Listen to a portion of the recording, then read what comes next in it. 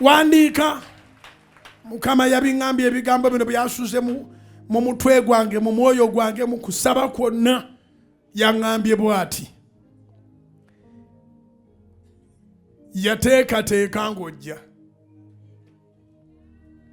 Kiwandiike nti Mukama yateekateeka nga nzija.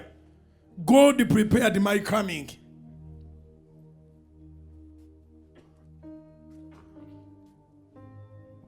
He prepared my coming. My being created. Maama we yandifuna olubuto lwatagenderedde. Ne bayomba n'okuyomba n'alumuwadde. Era guno omulembe gulimu abaana bangi ng'abazadde tebaabasanyukira. Naye Katonda ye yagenderera. Katonda ye yakutonda agenderedde. Era Katonda bwakulaba akusanyukira.